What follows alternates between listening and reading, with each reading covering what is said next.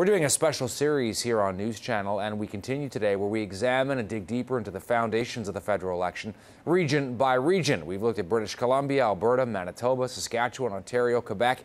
Today, Battleground Atlantic, Canada. And we want to start, as we do, with a snapshot of where things stand, beginning in the province of New Brunswick, where there are 10 seats up for grabs. And check it out here.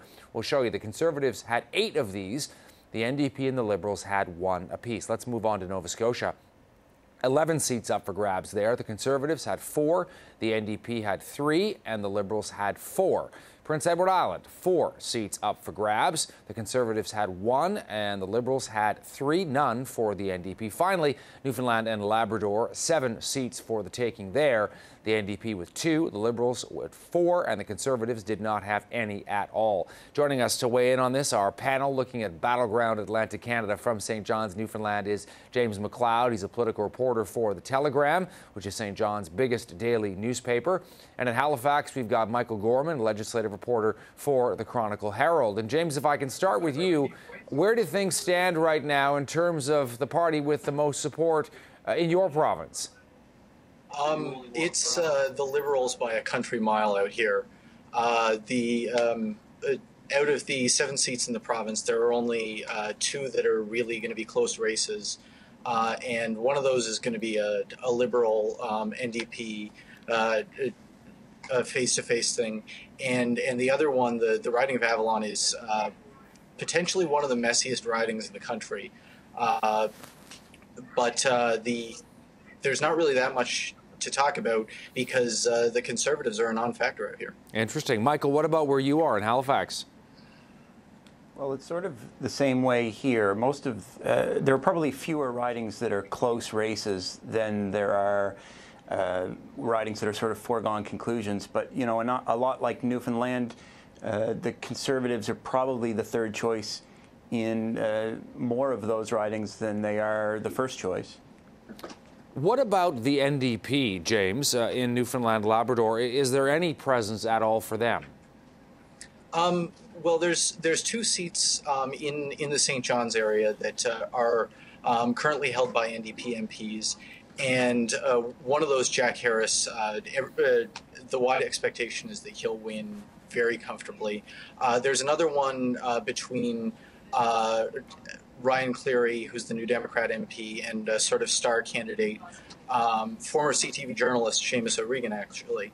And that one is expected to be a little bit closer, but the polling out of the camps that I've heard puts the NDP there ahead as well.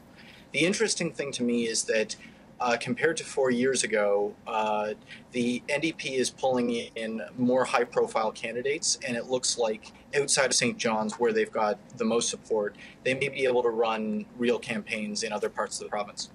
Michael, from your point of view in Nova Scotia, let's talk about the NDP and how much of a factor they are. Well, they're a factor. They hold 3 seats already, and 2 of those are very high-profile members in Peter Stauffer and Megan Leslie.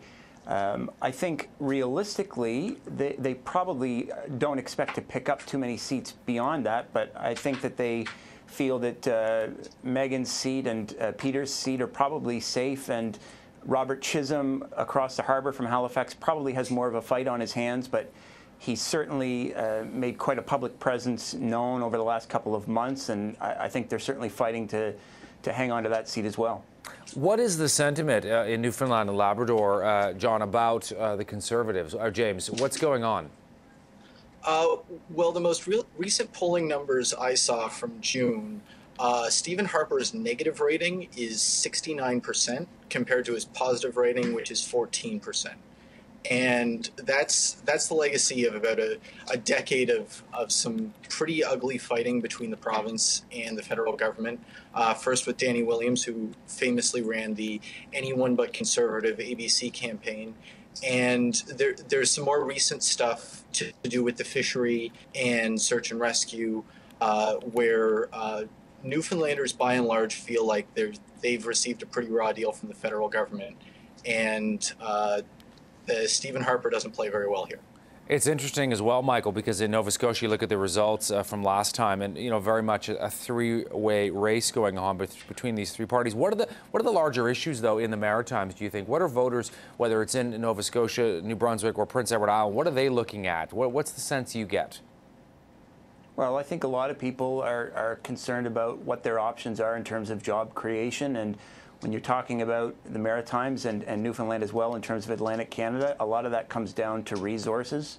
As James mentioned, the fishery is a really big deal in Atlantic Canada. So that doesn't just come down to issues with DFO. It comes down to issues with offshore resources and how they're regulated and what kind of safety protocols are in place.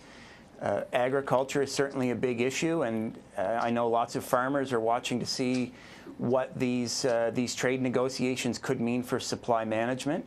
And, particularly here in Nova Scotia, when it comes to the forestry, there are concerns about tariffs that have recently been imposed on provincial mills by the Americans, and how that's addressed and what role, if any, the federal government plays in dealing with that, I'm sure will matter to the people in ridings that are impacted by that. I want to just go to leader popularity, if we can, before we wrap here, James. You were talking about Stephen Harper and his difficulty in terms of traction there.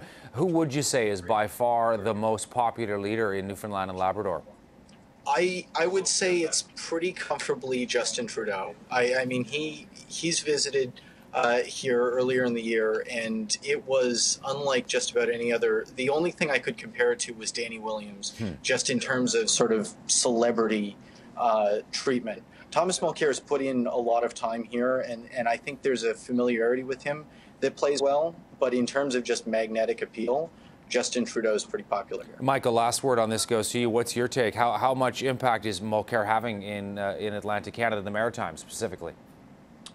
I think he's starting to make inroads. Trudeau is also very, very popular here, but perhaps his star isn't quite as bright as it was a few months ago. But I think to put things in perspective also when it comes to Atlantic Canada, it has very little impact in terms of who's going to form government. The Conservatives won 4 seats here in the last election, and they still formed a majority government. And I think it's very reasonable to suggest that a party could win a ton of seats in Atlantic Canada and not form government, and vice versa is also true. If the Conservatives, for whatever reason, performed very poorly in Atlantic Canada, it certainly doesn't mean that they can't form government, especially with the increase in seats out west and in Ontario.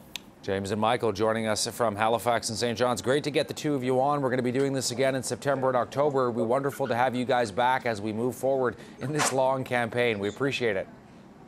Thanks for having me. You're welcome.